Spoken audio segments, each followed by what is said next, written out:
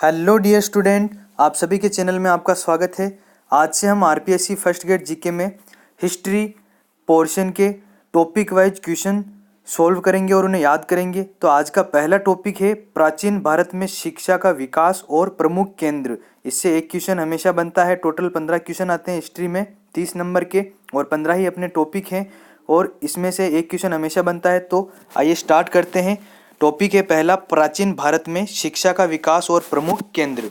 पहला क्वेश्चन है, मौर्य काल के दौरान शिक्षा का सबसे प्रसिद्ध केंद्र कौन सा था। इन क्वेश्चनों में सारा निचोड़ आ जाएगा इस टॉपिक का, सारे क्वेश्चन और कुछ भी नहीं बचेगा इसमें से। तो आप ध्यान से पढ़िएगा, इसमें सारा निचोड़ है, सारे क्वेश्चन हैं जो आपने पढ़े नहीं होंगे और पढ़े होंगे वो सारे क्वेश्चन आ गए हैं इसमें। तो आप ध्यान से पढ़िएगा। मौर्य काल के दौरान शिक्षा का सबसे प्रसिद्ध केंद्र कौन सा था। तो कौन सा था मौर्य काल के दौरान शिक्षा का सबसे प्रसिद्ध केंद्र? तक्षशिला। फिर इसके बाद आता है दूसरा क्वेश्चन, मौर्यकालीन शिक्षा के सबसे प्रसिद्ध केंद्र तक्षशिला को यूनेस्को ने कब विश्व धरोहर घोषित किया था। मौर्यकालीन शिक्षा का जो सबसे प्रसिद्ध केंद्र था तक्षशिला, इसे यूनेस्को ने 1980 में विश्व धरोहर घोषित किया था। याद रखिएगा, तक्षशिला को यूनेस्को ने 1980 में विश्व धरोहर घोषित किया था।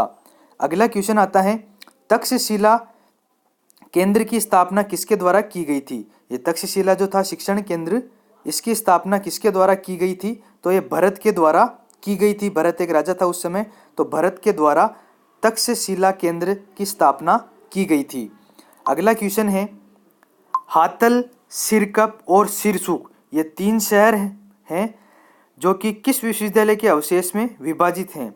हातल, सिरकप और सिरसुख शहरों में किस शिक्षण विश्वविद्यालय के अवशेष विभाजित हैं। ये तक्षशिला जो शिक्षण केंद्र था ये 3 शहरों में विभाजित था। तो याद रखिएगा, हातल, सिरकप और सिरसुख जो शहर हैं, इन तीनों शहरों में तक्षशिला विश्वविद्यालय के अवशेष विभाजित हैं।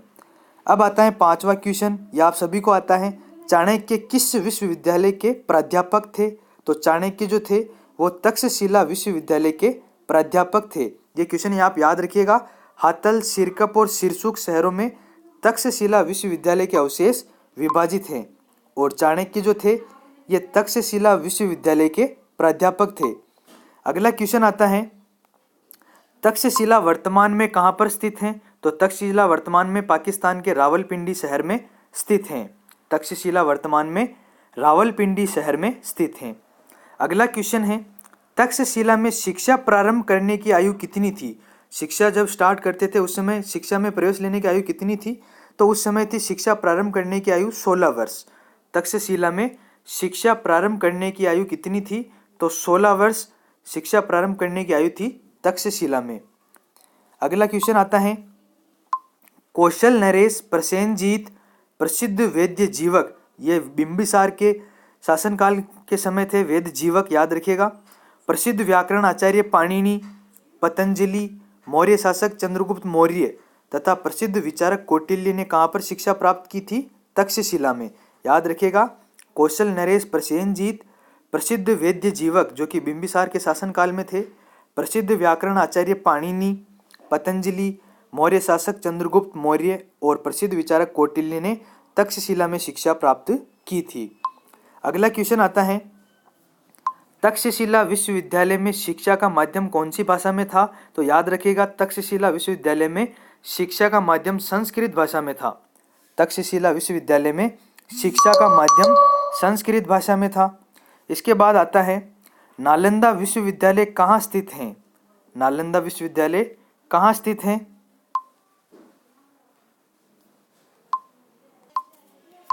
नालंदा विश्वविद्यालय जो है ये बिहार के बड़गांव में स्थित है। बड़गांव, और बड़गांव कहाँ आता है, बिहार में। तो बिहार के बड़गांव में नालंदा विश्वविद्यालय स्थित है। अब आता है कि नालंदा विश्वविद्यालय की स्थापना किस शासक के द्वारा की गई थी। याद रखिएगा, नालंदा विश्वविद्यालय की स्थापना जो है ये कुमारगुप्त प्रथम के द्वारा की गई थी। नालंदा विश्वविद्यालय की स्थापना कुमारगुप्त प्रथम के द्वारा की गई थी। अगला क्वेश्चन आता है, नालंदा विश्वविद्यालय का वर्णन किस विदेशी यात्री ने किया है। नालंदा विश्वविद्यालय का वर्णन किस विदेशी यात्री ने किया है। तो हेनसांग ने नालंदा विश्वविद्यालय का वर्णन किया है। ये नालंदा विश्वविद्यालय में 2 वर्ष रुका था हेनसांग और उसने नालंदा विश्वविद्यालय का वर्णन किया है। अगला आता है नालंदा विश्वविद्यालय के कुलपति कौन थे। नालंदा विश्वविद्यालय के कुलपति कौन थे? तो नालंदा विश्वविद्यालय के कुलपति थे शीलभद्र। याद रखिएगा, नालंदा विश्वविद्यालय के कुलपति थे शीलभद्र। अगला क्वेश्चन आता है नालंदा विश्वविद्यालय के विभिन्न खर्चों के लिए किसने 100 गांव दान में दे रखे थे ताकि उनसे होने वाली आय से इसे पूरा किया जा सके। तो याद रखना, शासक हर्षवर्धन ने नालंदा विश्वविद्यालय के विभिन्न खर्चों के लिए 100 गांव दान में दे रखे थे ताकि उनसे होने वाली आय से इन खर्चों को पूरा किया जा सके। फिर आता है नालंदा में पुस्तकालय को क्या कहा जाता था। नालंदा में पुस्तकालय को क्या कहा जाता था? तो पुस्तकालय को धर्मगंज कहते थे। नालंदा में पुस्तकालय को धर्मगंज कहा जाता था। और ये क्वेश्चन आया हुआ है कि नालंदा विश्वविद्यालय में रत्न सागर क्या था। तो याद रखना, नालंदा विश्वविद्यालय में 3 भवन हैं और इन 3 भवनों या 3 पुस्तकालय से मिलकर नालंदा विश्वविद्यालय बना हुआ है, जिसमें पहला है रत्न सागर, रत्नोद्धी और रत्न रंजक। ये तीनों क्या हैं? पुस्तकालय हैं। याद रखिएगा, सिंपल सा क्वेश्चन पूछ ले कि नालंदा में पुस्तकालय को क्या कहा जाता था, तो धर्मगंज कहा जाता था। और आपसे अगर ऐसा पूछ ले कि नालंदा विश्वविद्यालय में रत्न सागर, रत्नोद्धी और रत्न रंजक क्या थे, तो ये क्या थे? पुस्तकालय है। 3 भवनों में बटा हुआ था नालंदा विश्वविद्यालय।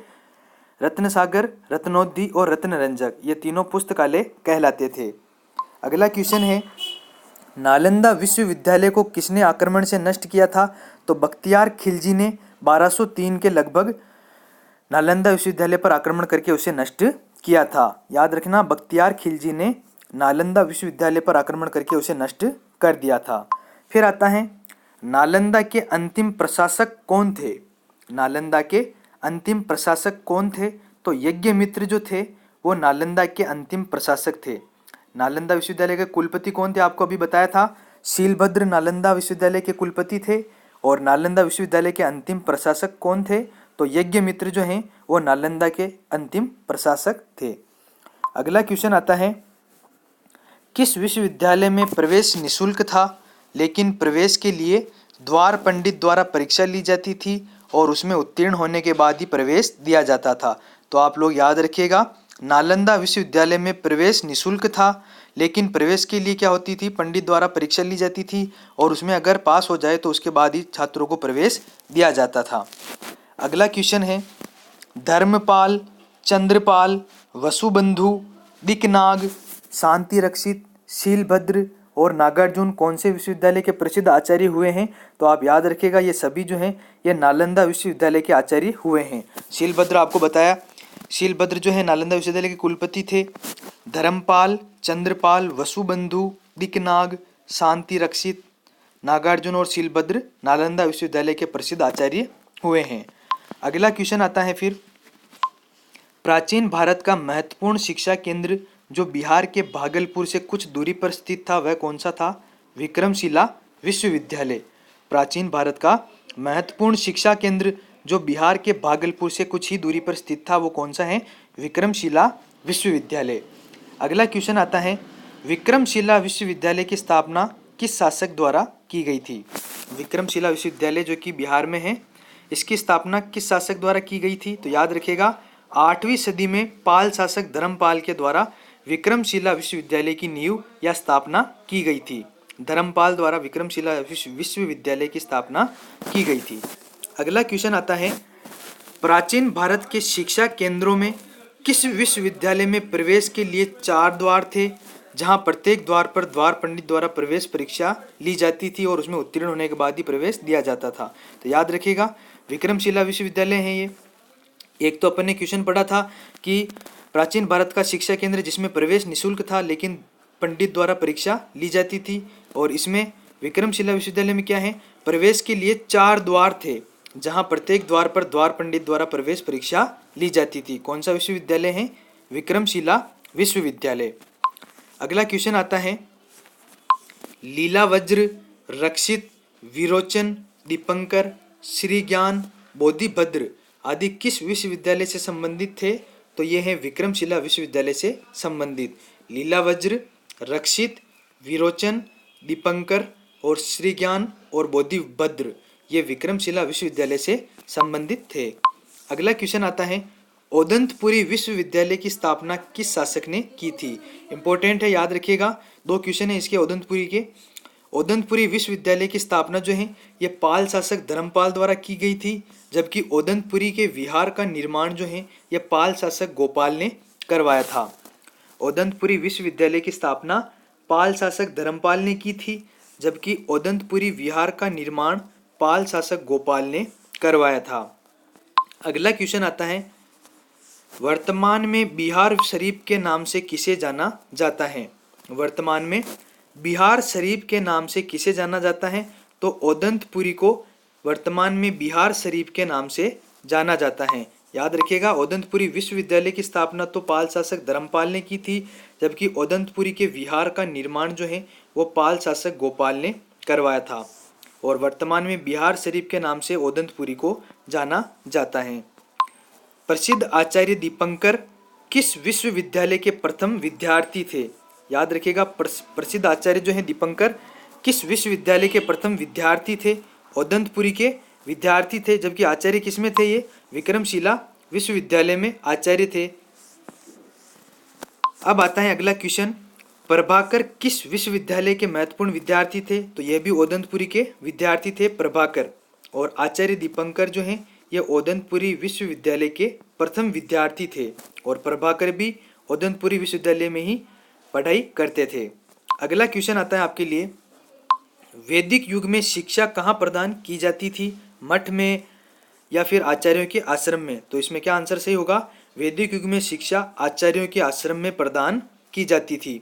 स्टार्टिंग में जब शिक्षा ग्रहण करते थे विद्यार्थी, तब उन्हें शिक्षा कहाँ दी जाती थी, आचार्यों के आश्रमों में। अगला क्वेश्चन आता है, वल्लभी विश्वविद्यालय में सर्वप्रथम विहार का निर्माण किसने करवाया था। वल्लभी जो गुजरात में स्थित है, याद रखिएगा, वल्लभी विश्वविद्यालय में सर्वप्रथम विहार का निर्माण राजकुमारी अड्डा या दद्दा ने करवाया था। अड्डा या दद्दा ने, राजकुमारी अड्डा या दद्दा द्वारा वल्लभी विश्वविद्यालय में सर्वप्रथम विहार का निर्माण करवाया गया था। अगला क्वेश्चन आता है, स्थिरमती और गुणमती नामक विद्वान किस विश्वविद्यालय की शोभा थे। स्थिरमती और गुणमती नामक विद्वान वल्लभी विश्वविद्यालय की शोभा थे। याद रखना, वल्लभी विश्वविद्यालय में सर्वप्रथम विहार का निर्माण राजकुमारी अड्डा या दद्दा ने करवाया था। स्थिरमती और गुणमती नामक विद्वान वल्लभी विश्वविद्यालय की शोभा थे। वल्लभी आपको पता ही कहाँ पर स्थित है, गुजरात में स्थित है वल्लभी। अगला क्वेश्चन आता है, किस प्राचीन कालीन शिक्षण केंद्र में कौशल नरेश प्रसेनजीत के समय अनाथ पिंडक श्रेष्ठी ने जेतवन नामक विहार का निर्माण करवाया, जो कि बौद्ध धर्म के अध्ययन का महत्वपूर्ण केंद्र बन गया था। तो ये इंपॉर्टेंट क्वेश्चन है, याद रखिएगा, श्रावस्ती उत्तर प्रदेश में कौशल नरेश प्रसेनजीत के समय अनाथ पिंडक श्रेष्ठी ने जेतवन नामक विहार का निर्माण करवाया गया था। तो इससे 3 क्वेश्चन बनते हैं कि अनाथ पिंडक श्रेष्ठी ने किसके समय जेतवन नामक विहार का निर्माण करवाया था, कौशल नरेश प्रसेनजीत के समय, और कौशल नरेश प्रसेनजीत के समय किसने जेतवन नामक विहार का निर्माण करवाया, अनाथ पिंडक श्रेष्ठी ने, और कहाँ करवाया था जेतवन नामक विहार का निर्माण, श्रावस्ती उत्तर प्रदेश में। याद रखना, कौशल नरेश प्रसेनजीत के समय अनाथ पिंडक श्रेष्ठी ने जेतवन नामक विहार का निर्माण करवाया था श्रावस्ती यूपी में, जो कि बौद्ध धर्म के अध्ययन का महत्वपूर्ण केंद्र बन गया था। अगला क्वेश्चन आता है, 23वें जैन तीर्थंकर पार्श्वनाथ की जन्मस्थली कौन सा स्थान रहा है। 23वें जैन तीर्थंकर कौन है, पार्श्वनाथ, और इनकी जन्मस्थली कौन सा स्थान रहा है, काशी। अगला क्वेश्चन आता है, प्रसिद्ध कवि श्री हर्ष ने अपने ग्रंथ नेषद चरित की रचना किस शासक के समय पर और कहाँ पर की थी।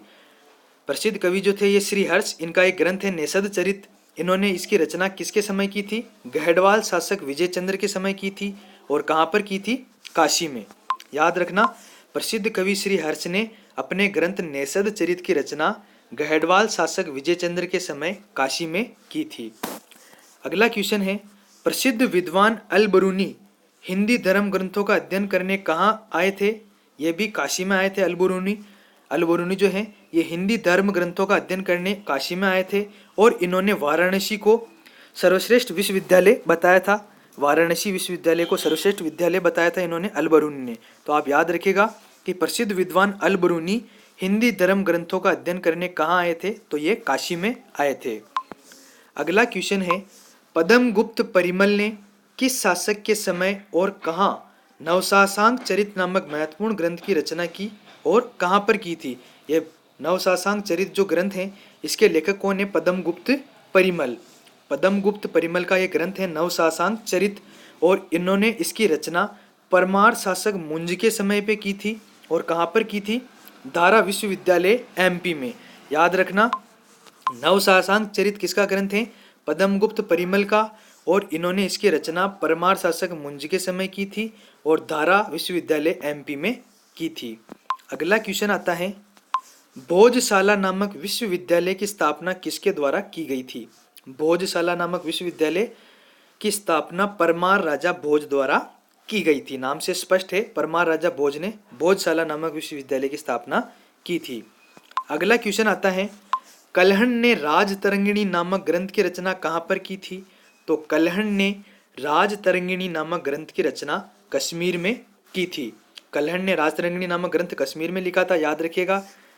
अगला क्वेश्चन आता है, हरि विजय का लेखक रत्नाकर, शिवांक का लेखक शिवस्वामी और श्रीकंठ चरित का लेखक मंख और वृहद कथा मंजरी का लेखक क्षेमेंद्र ने अपने ग्रंथों की रचना कहाँ की थी? तो ये कश्मीर में की थी।